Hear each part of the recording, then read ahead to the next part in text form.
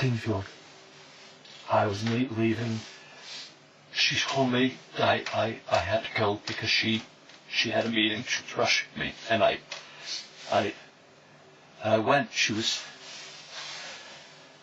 sent tissue, but she texted me, asking me to pick up.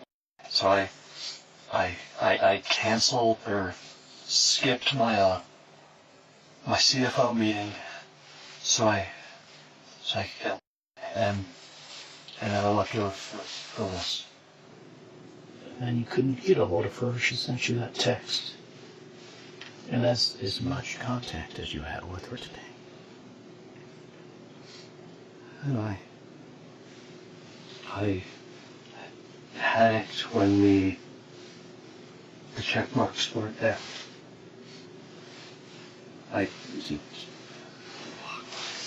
What do the check marks mean? Got it. Daniel tells his initial story to investigators, saying his wife allegedly rushed him out the door before texting him about the kids shortly before the attack. Prosecutors would later allege that Daniel sent himself the message from his wife's phone in a suspected alibi attempt. That's when he said he noticed she hadn't read the text and panicked before calling police and a neighbor. Well, you mentioned earlier that she didn't tell you about something kicks. Which one was that? Kickman. Kickman. That's what we call a sucker. Doesn't deserve me. Okay, and Midge Came up with Kickman because I remember having a Call of conversation. Duty's gonna kick his ass. Daniel now explains the family nicknamed the alleged stalker Kickman before one detective decides it's time to read him his rights. Let's see what he has to say. We just now need to talk about your rights so we can proceed with getting the answers that we both want. Yeah. I have two different voices going through my head right now. I have my brother. Yeah, I've mentioned him. He's the sheriff's lieutenant. And I have his voice saying, talk to the police. And in typical cop fashion, he married a prosecutor. So I had Lynn's voice in my head going, get a lawyer. Daniel ultimately agrees to talk, for now, but one detective digs in for further details. I just want to... What caused the, anxiety or panic as to why it was so concerning that she didn't respond? It was a really specific question about a time impacting the kids. That's something that she will always respond right away on. And then, other than that, that was enough for me. That felt weird. It hurt me that she didn't tell me about the stalker when it started, but she brought me in right away once he sent her a picture of me. And at that point, she brought me fully up to speed, and I saw the horrible messages. I saw the ad, all that crap. And that's when she and I started working on game plans. Again, what do we do to protect family, to protect the kids, define your threat level. She had a gun. She was armed. I don't want lethal items. We didn't let each other kind of be alone anywhere. I had to take dogs for dog for walks. We would do that together.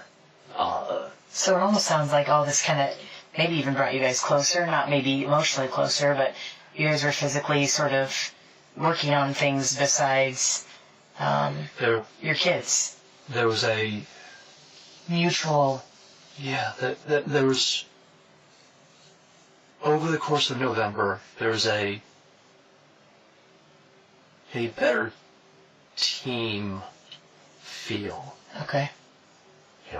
Respond to crisis. Right. And I told her at that point, I told her I didn't want to die for someone who didn't care about me anymore. That's really hard. And I told her I wanted a divorce. And how does she take that? Angry. Obviously. Mostly angry that I said it now, with everything else going on. So she said she didn't want to talk about it until all of this was done. And then he got quiet, and we just kind of sat in the... I want a divorce. Okay. I have loved you for 20 years. Mm-hmm.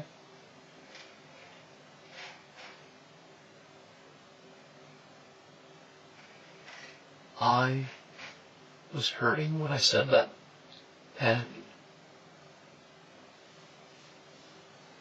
what I wanted was her to say she cared about me. She did.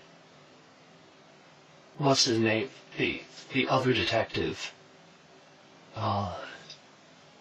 said that the cameras were turned off. That shouldn't happen. The only way that the cameras can be turned off is through the app. One of us has to hit the button.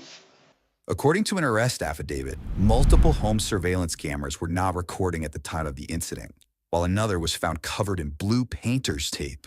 He said they were turned off, and one of them looks like it has something on it.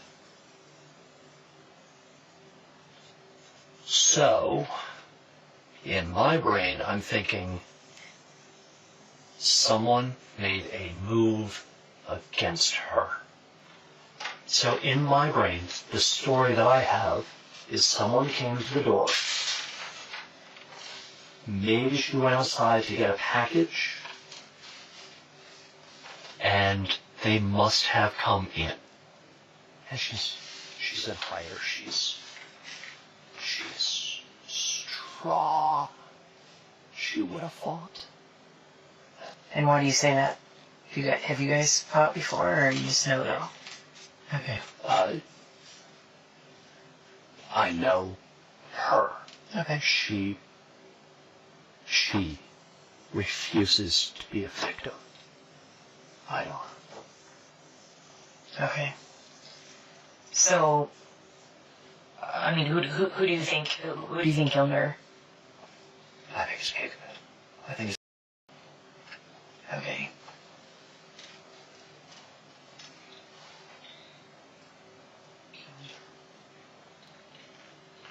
I'm sorry, that's the first time I really said that. I'm sorry to... Well, that's what happened, and that's why we're taking this so seriously. Now, Daniel again points the finger at the alleged stalker when investigators reveal some conflicting information. What if I told you that we had already spoken with him? There's no way that he was in town today.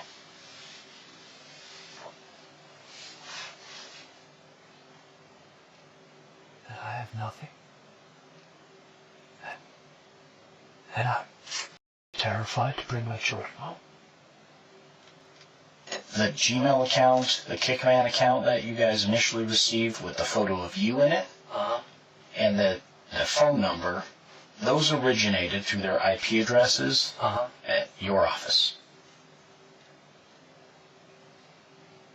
Doesn't make any sense.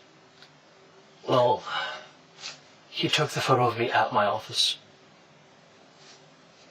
Right.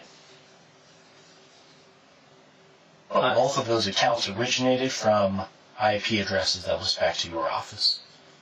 I don't know what to do with that. There are Wi-Fi access throughout the facility for employees, and there's public Wi-Fi access throughout the entire facility. And we literally post the passwords in every single meeting room.